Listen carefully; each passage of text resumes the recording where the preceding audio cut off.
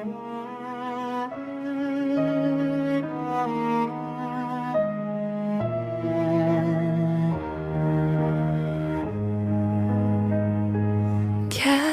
ol, qaranlığıma danışdırma.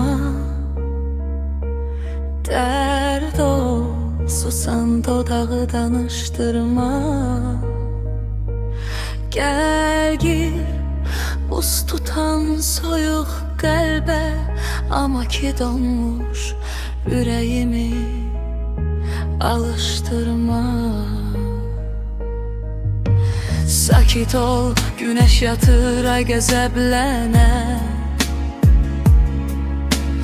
Bu yatmış şəhəri gecə ilə qana bələyə. Duyma səsimi mənim, mən yoxam.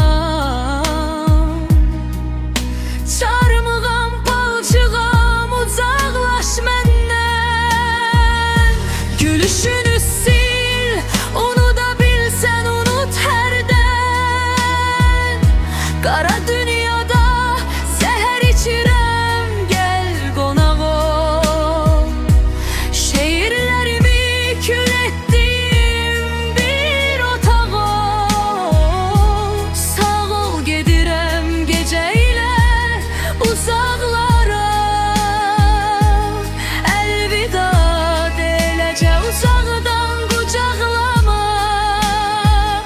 Soruşma məndən necədir halın. Demə hava soyuqdur, geyin qalın. Qaralıb gözlərimin qaralarıyla qiyafən. Dərd odur ki, səni görürəm xəyalən.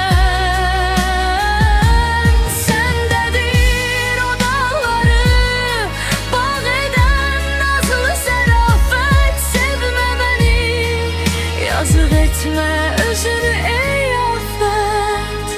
Sarı saçlarınla güneşim oldun bu gecədə. Seninle karşılaştım hoş ətirli dar gecədə. Gülüşünü sil, unuda bilsən unut hərdən.